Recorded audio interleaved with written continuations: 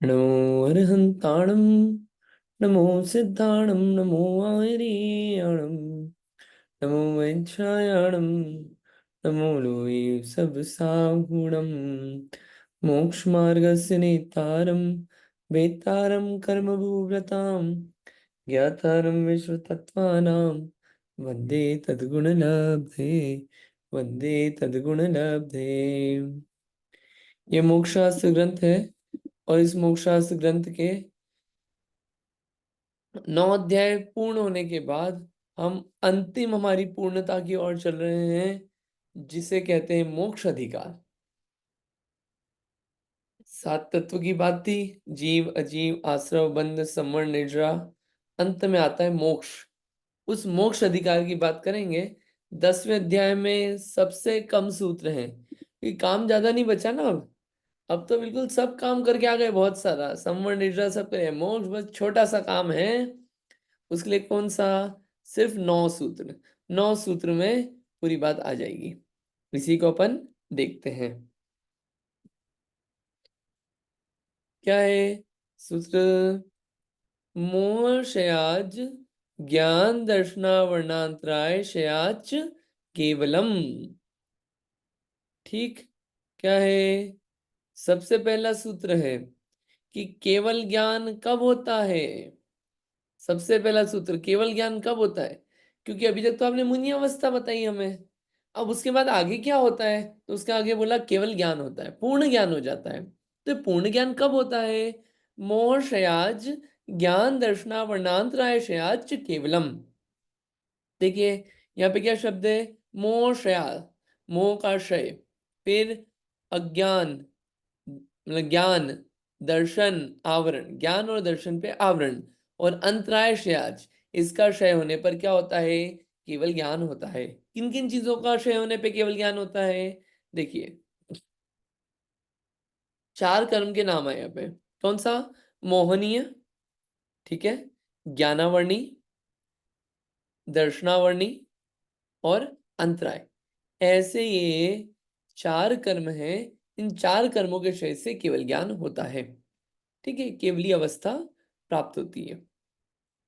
अगर इनमें से एक भी नहीं है तो केवली अवस्था प्राप्त नहीं होगी। ठीक, चारों का क्षय। ये 4 कौन से कर्म है? घातीय कर्म है। अब इसमें जो मोक्ष है, मोक्ष कितने प्रकार का है? 2 प्रकार का, द्रव्य मोक्ष और भाव मोक्ष। 2 प्रकार का मोक्ष होता है। बताइए द्रव्य मोक्ष किसे कहते हैं और भाव मोक्ष किसे कहते हैं? हमने तो मोक्ष सुना था बस ये। अभी द्रव्य भी भाव भी, ये कौन कौन से मोक्ष आ गए? ये कुछ नई बात आ गई। बताइए द्रव्य मोक्ष क्या होता है, भाव मोक्ष क्या होता है? बताइए कौन बताएगा आप में से? कोई बता सकता है? अरे मोक्ष अधिकार की बात चल रही है, मोक्ष तो समझना ही पड़ेगा सबसे पहले। जय जिनेन्द्र भैया, बोले क्या? बोलिए बोलिए। समस्त कर्मों का क्षय होने पर जो मोक्ष होता है उसे द्रव्य मोक्ष कहते हैं, और उसके साथ ही जो उसके साथ जो भाव हुए उन भावों को भाव मोक्ष कहते हैं। हाँ बढ़िया, इसमें एक आध वर्ड अपन जोड़ देंगे तो और परफेक्ट बन पहले जाएगा। पहले भाव मोक्ष होता है, फिर द्रव्य मोक्ष होता है। पहले भाव होता है फिर बाद में द्रव्य मोक्ष होता है, ऐसा कि दोनों साथ में? हाँ हाँ, नहीं नहीं, गलत बोले। हाँ, कर्मों का क्षय होते ही जो भाव होते हैं उसे भाव मोक्ष कहते हैं।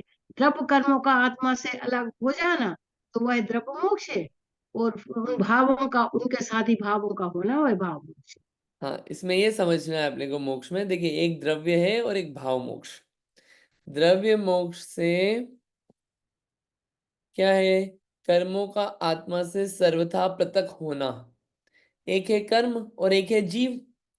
तो पहले कर्म पूरे हट गए, उसे क्या बोलते हैं? मोक्ष बोलते हैं। किस चीज का मोक्ष हुआ? कर्म हट गए, कर्मों का मोक्ष हुआ, कर्म सब दूर हो गए। लेकिन हुए क्यों? क्या कारण था ये कर्मों के दूर होने का? आसान बात है, जीव में पूर्ण वितरागता प्रकट हो गई, पूर्ण रत्नत्रय प्रकट हो गया। वो भाव मोक्ष है। भाव संबंध रखता है जीव से, द्रव्य संबंध रखता है कर्म से। भाव मोक्ष द्रव्य मोक्ष का कारण है और द्रव्य मोक्ष भाव मोक्ष का कारण है। ठीक है, इन वास्तविकता में अपन पूछें कि मोक्ष होता कैसे है, भाव मोक्ष से कि द्रव्य मोक्ष से, तो हम आपको बोलेंगे भाव मोक्ष से। हम जीव हैं, जीव अपना कार्य करेगा तो बाकी सब व्यवस्थाएं बनती है, ऐसा समझ लेना चाहिए। क्लियर है, कर्म का और भाव का मोक्ष। अब इसमें अच्छी समझने वाली बात यह है कि देखिए 4 कर्मों के नाम आए, मोहनी, ज्ञानावर्णी, दर्शनावर्णी, अंतराय, 4 कर्म आए ना। अब यहाँ पे ये देखिए किस किस कर्म का कब क्षय होता है। एक है मोहनी के 2 भेद हैं, कौन कौन से, दर्शन मोहनी और चारित्र मोहनी। ये सब अपन 6ठे अध्याय और 8वें अध्याय में पढ़ के आए हैं। तो दर्शन मोहनी जो है 4थे से 7वें गुण स्थान में से किसी एक में इसका क्षय होता है। ठीक है, दर्शन मोहनी का। दर्शन मोहनी के भेद, मिथ्यात्व, सम्यक प्रकृति। और चारित्र मोहनी के 25 भेद।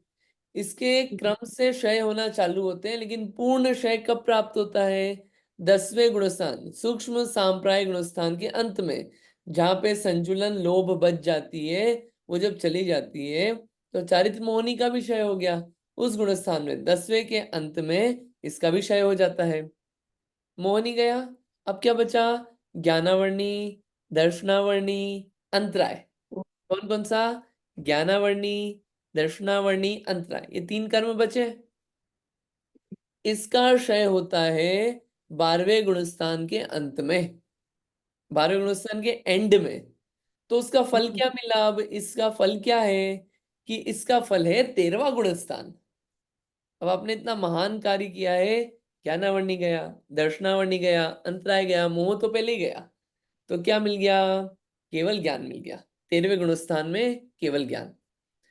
पूर्ण वीतरागता 12वें गुणस्थान में आ जाती है, लेकिन अभी भी ज्ञानावर्णी बचा है, इसलिए केवल ज्ञान नहीं होता है। अंतराय बचा है, इसलिए केवल ज्ञान नहीं होता है। वो वीर कर्म पे अंतराय डालने वाला बचा है ना, इसलिए दर्शनावर्णी पड़ा, इसलिए केवल दर्शन नहीं हो पाता, इसलिए केवल ज्ञान नहीं हो पाता। ये जाता है जब 13वें गुणस्थान में पूर्णता होती है और केवल ज्ञान प्राप्त होता है। ये सब क्यों बता रहे हैं, आप तो हमको सीधे मोक्ष पढ़ाओ ना, ये सब क्यों पढ़ा रहे हो इधर उधर की बातें। अरे इसलिए बता रहे हैं कि जैसे आपको बताया कि जीव कैसे मिथ्यात्व से उठ के सम्यक्त्व पे आया, व्रत धारण किए, मुनि बना, कर्मों की निर्जरा करी, तो मोक्ष में जाने से पहले और क्या कार्य होता है, अरे केवल ज्ञान होता है मोक्ष में जाने से पहले।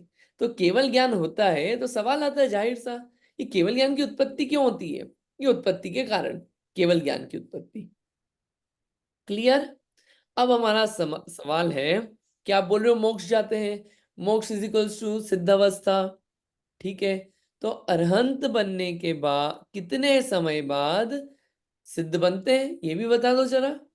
अरिहंत बन गए, अब उसके कितने समय बाद सिद्ध बनेंगे, बताइए, कोई बता सकता है आप में से। अरिहंत बनने के कितने समय बाद सिद्ध बन सकते हैं। देखिए नंबर बोलना है, गैस तो कर ही सकते हैं अपन, जितने भी लोग हैं सब गैस कर लें यहाँ पे। बोलिए, अरहंत बनने के कितने समय बाद सिद्ध बन सकते हैं, बोलिए, कोई अंदाजा किसी का।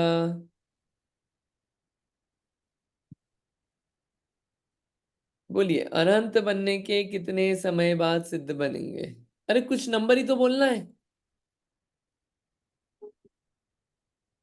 कोई भी नहीं।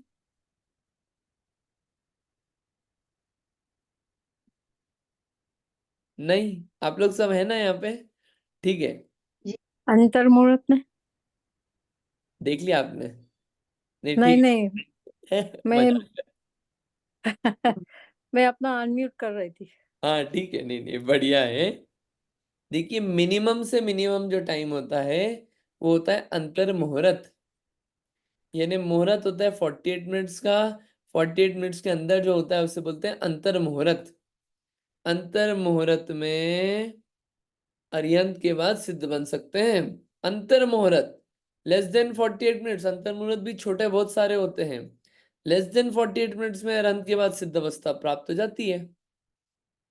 और ज्यादा से ज्यादा समय लगेगा, क्या ज्यादा से ज्यादा समय लगेगा, तो 1 कोटि पूर्व। 1 कोटि पूर्व यानी कि 1 करोड़ पूर्व। अब 1 करोड़ तो समझ में आता है हमको, एक के पीछे क्या लगा दो, 6 जीरो लगा दो। 1 करोड़ में 1 करोड़ का गुणा करने पर एक तो पूर्व होता है ना एक, भैया। हाँ। नहीं नहीं नहीं नहीं, कोड़ा कोड़ी नहीं चल रहा है। एक अच्छा। करोड़ है, तो 7 जीरो लगाए एक के पीछे, तो 1 करोड़ हो गया। अब एक पूर्व बताना है। एक पूर्व क्या होता है, 84 लाख को 84 लाख से मल्टीप्लाई कर दो आप। कितना, 84 लैक्स मल्टीप्लाइड बाय 84 लैक्स, कितना आ गया, वो आएगा 70 लाख 56 हजार करोड़ वर्ष। तो ये तो क्या हुआ, एक पूर्व। ठीक है, तो 1 करोड़ पूर्व कितना होगा, 70 लाख 56 हजार करोड़ मल्टीप्लाइड बाय करोड़ वर्ष, कितना हो गया, 70 लाख 56 हजार कोड़ा कोड़ी वर्ष, ईयर्स। इतने साल होते हैं एक पूर्व में। और मैक्सिमम कोई अनंत अवस्था में रहे तो 1 कोटि पूर्व तक रह सकता है। तो बताइए, कोई अनंत अवस्था में 100 साल रह सकता है कि नहीं, कोई अनंत अवस्था में 200 साल रह सकता है, 400 साल रह सकता है, 1 साल रह सकता है, 12 दिन रह सकता है। हाँ, रह सकता है, क्यों, क्योंकि मिनिमम अंतर मुहूर्त है और मैक्सिमम कितना है, 1 कोटि पूर्व है। तो इतना समय लग सकता है अनंत बनने के बाद सिद्ध बनने में, विच इज ओके। लेकिन ये नियम है कि अनंत बनने के बाद नियम सब सिद्ध ही बनेंगे, पीछे जाने का कोई चांस नहीं है। ठीक है, चलिए इसको पढ़ते हैं। केवल ज्ञान कब होता है, इसको पढ़ते हैं अपन। ठीक है, मेरे को नाम दो दो एक ही दिख रहे हैं, इसलिए मैं नाम कॉल नहीं कर पाऊंगा। आप इंदिरा जी, आप पढ़ेंगे क्या, केवल ज्ञान कब होता है।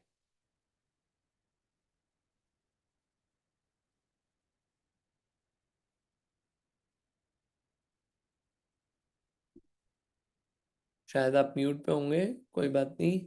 हाँ, हाँ, पढ़िए पढ़िए। केवल ज्ञान कब होता है।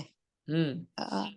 क्षपक 12वें गुण स्थान के उपांत्य समय में निद्रा और प्रचला कर्म का नाश कर, अंत समय में 5 ज्ञानावरण, 4 दर्शनावरण और 5 अंतराय कर्म का नाश कर, मुनिराज केवली हो जाते हैं।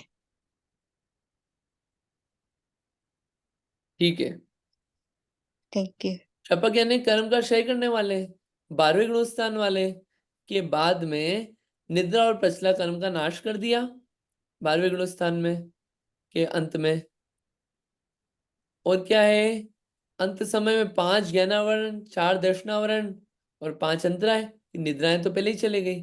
मुनिराज क्या हो जाते हैं, केवली बन जाते हैं। ये लिखा है मुनिराज ही बनते हैं केवली, श्रावक नहीं बनेगा, मुनि अवस्था धारण करनी पड़ेगी। ठीक, आगे पढ़िए इसको। प्रश्न है, तो उसमें हाँ जी। तो उसमें मौनीय कर्म का अंत नहीं आया।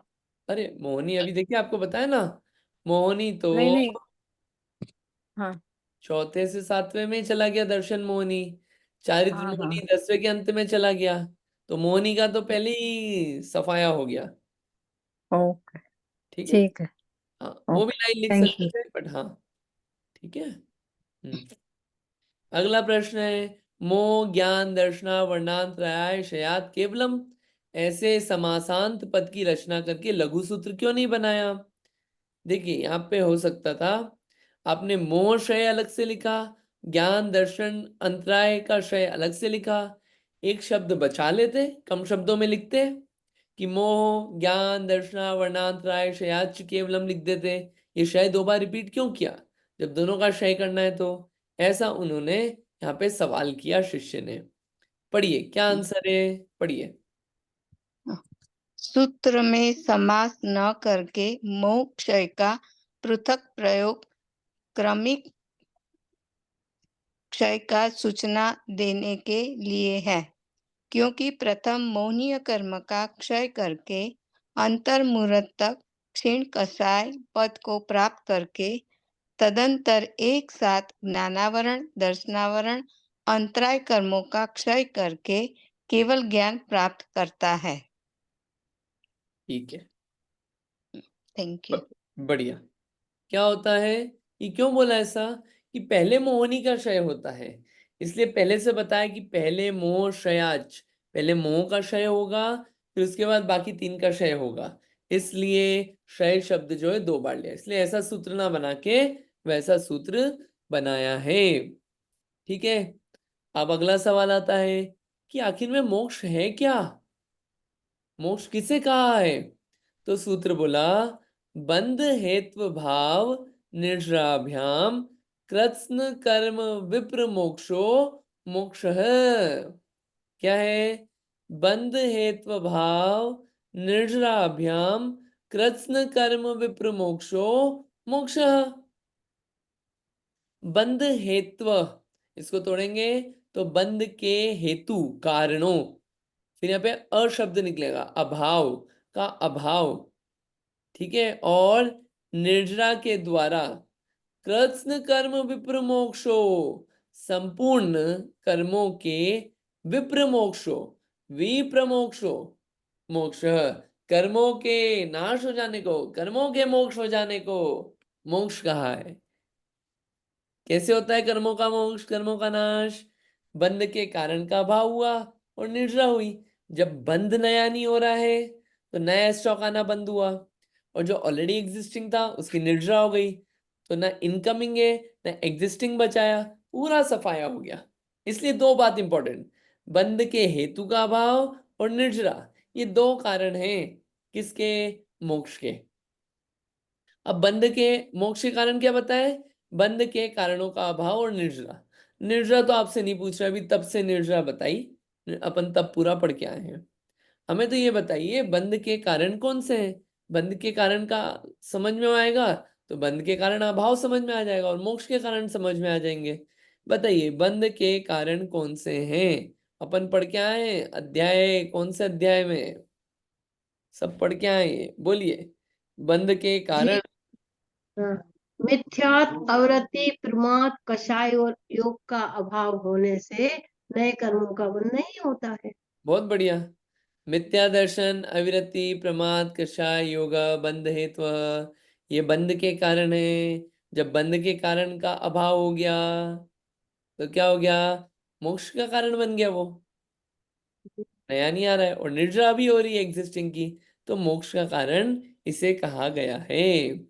अभी कर्म का अभाव अपने आप होता है कि कोई प्रयास करना पड़ता है, ये प्रश्न आता है। कर्म का अभाव कितने प्रकार से होता है, ये अलग प्रश्न है, इसको देखते हैं। नीतू दीदी पढ़ेंगे आप, कर्म का अभाव कितने प्रकार से होता है। हाँ जी, जय जिनेन्द्र। कर्म का अभाव कितने प्रकार से होता है। अयत्न साध्य में चर्म शरीरी के नरकायु, त्रयंचायु और देवायु का अभाव अयत्न साध्य है, क्योंकि इनका स्वयं अभाव है। यत्न साध्य शेष कर्मों का अभाव यत्न साध्य है, क्योंकि इनका अभाव किया जाता है। हाँ, अगर चरम शरीरी है, उसी भाव से मोक्ष जाने वाला जीव है, तो उसको नरक आयु, तिर्यंच आयु और देव आयु का तो बंद होगा ही नहीं। हम्म, ठीक है, तो ये क्या है, अयत्न साध्य, कि इनका अभाव है ही। और यत्न साध्य क्या है, कि बचे हुए जो कर्म हैं उनका अभाव क्या किया जाता है, पुरुषार्थ द्वारा किया जाता है। वो सब क्या है, यत्न साध्य है। 2 प्रकार से, भगवान के कर्मों का क्षय पहले होता है या मोक्ष पहले होता है। अभी बात आई थी ना लता आंटी जी, आप बोले थे कि पहले कर्म गए और वो प्रश्न उठा दिया शिष्य ने। भगवान के कर्म पहले जाते हैं या मोक्ष पहले होता है, बताइए। पहले मोक्ष होगा कि पहले कर्म का नाश होगा, क्या लगता है आपको। पहले कर्मों का नाश होगा फिर मोक्ष होगा।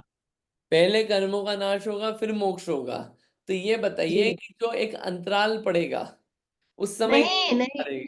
अंतराल नहीं पड़ेगा, वही समय। इधर कर्मों का क्योंकि पुद्गल कर्म कर्माण पढ़ना रूप परिणमित होंगे, और जीव मोक्ष स्वरूप ही है, तो अपने स्वरूप को प्राप्त हो जाएगा। नहीं तो पहले होगा कि साथ में होगा? उसमें समय भेद नहीं होगा, तो पहले उसमें होगा, समय पहले होगा कि साथ में होगा? साथ में ही होगा। साथ में होगा। पहले और बाद का चक्कर नहीं पड़ेगा। जी। पढ़िए नीतू दी, कंटिन्यू कंटिन्यू करिए। भगवान के कर्मों का क्षय पहले होता है या मोक्ष पहले? जिस प्रकार प्रकाश की उत्पत्ति और अंधकार का विनाश एक साथ होता है, उसी प्रकार निर्वाण की उत्पत्ति और कर्म का विनाश एक साथ होता है। एक साथ युगपत, युगपत होता है। यहाँ प्रकाश हुआ तो प्रकाश होने पे अंधकार हाथों हाथ जाता है कि बाद में जाता है, या पहले अंधकार जाता है बाद में प्रकाश होता है? पैरेलल प्रोसेस है। वैसे ही ये निर्वाण हुआ और कर्म का नाश पैरेलली, कर्म का नाश हुआ, निर्वाण हुआ पैरेलली। बोलने में दो समय लगेंगे, काम कैसे हो रहा है? एक साथ। ठीक है, युगपत, युगपत होता है। ऐसे ही एक और प्रश्न पूछ लेते हैं। सम्यक दर्शन पहले होता है या सम्यक ज्ञान पहले होता है? दोनों एक साथ होते हैं। युगपत हाँ, होते हो प्रकाश दीपकते होई। हाँ, युगपत होता है। सम्यक जी। दर्शन के साथ सम्यक ज्ञान युगपत होता है। पहले बात का चक्कर नहीं पड़ता। हाँ, सम्यक चरित्र अलग से होता है, इसलिए सम्यक चरित्र का बखान खूब मिलेगा अलग से। सम्यक दर्शन के साथ सम्यक ज्ञान लेके जाओ फ्री।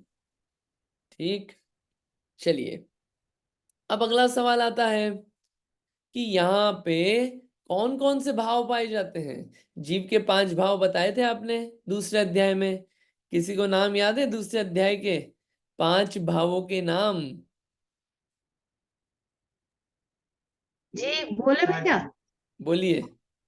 औपसमिक भाव, छायिक भाव, छायोपसमिक भाव, औदयिक भाव, परिणामिक भाव, 5 हाँ, भाव। इन 5 भावों में से अब अगर आप मोक्ष की बात कर ही रहे हो इतनी, ठीक है, मान लिया केवली होने के बाद मोक्ष होगा, वहां पे जीव रहेगा, तो जीव के कौन से भाव रहेंगे? ठीक है, तो ये सवाल आ गया, तो कौन से भाव रहेंगे? औपशमिकादि भव्यात्वा नाम च। मोक्ष में औपशमिक आदि भावों और भव्यत्व भाव का भी अभाव हो जाता है। यहाँ पे ये सूत्र दिया है। ठीक है, ये यहाँ पे ऐसे सूत्र चलेंगे कि औपशमिक जो 5 भाव है ना, 5 भाव भी नहीं बचेंगे, और पारिणामिक में से भी भव्यत्व भाव वो भी नहीं रहेगा, अभव्यत्व भाव भी नहीं रहेगा। ऐसे उन 5 भावों में से मोक्ष होने पे ये भाव नहीं बचेंगे। ठीक है, सवाल आया शिष्य को कि ये बताओ, ये भव्यत्व भाव क्यों लिखा है यहाँ पे आपने? औपशमिक बोलते तो समझ में आता, शायिक बोलते तो समझ में आता, शैवशमिक बोलते तो समझ में आता, औदैहिक बोलते तो समझ में आता, लेकिन ये भव्यत्व भाव क्यों बोल दिया? भव्यपना तो होना तो अच्छी चीज है ना, वो क्यों हटा रहे हो आप? तो यहाँ पे बताया है सूत्र में, भव्यत्वम भाव का ग्रहण किस लिए किया है? पढ़िए। पारिणामिक भावों में जीवत्व भाव की मोक्ष में अनिवृत्ति के लिए भवित्व भाव का ग्रहण किया गया है। थोड़ा सा और पढ़ते हैं फिर समझ में आएगा। मोक्ष होने पर मोक्ष हाँ पढ़िए। मोक्ष होने पर किन भावों का अभाव होता है? भाव औपशमिक। क्यों? शायोपशमिक कर्म के निमित्त से होते थे, औदैहिक कर्म के निमित्त से होते थे, औपशमिक कर्म के निमित्त से होते थे, पारिणामिक भव्यत्व रत्नत्रय की पूर्णता हो गई, पारिणामिक अभव्यत्व मोक्षगामी के पहले ही नहीं था। 5 भावों में से न औपशमिक है, न शैवशमिक है, न औदैहिक है। क्यों? कर्म के निमित्त थे इसलिए ये भाव होते थे। कर्म के उपशम से, कर्म के शैवशम से, कर्म के उदय से। कर्म ही नहीं बचा तो ये भाव कैसे होंगे? तो ये 3 तो हमने पहले ही हटा दिए।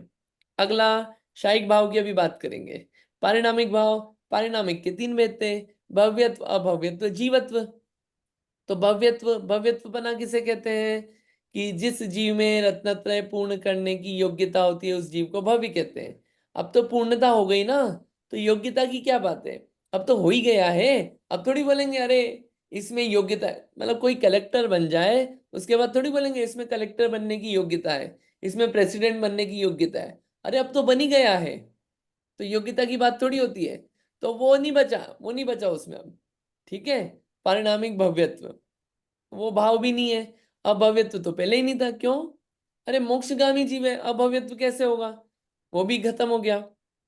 तो कौन सा बचा? शायिक भाव और जीवत्व भाव। ये जीवत्व भाव ऐसा है जो हमेशा पाया जाता है पारिणामिक में से, और ये शायिक भाव भी पाया जा रहा है। ठीक है, क्योंकि कर्म का पूरा क्षय हो गया है।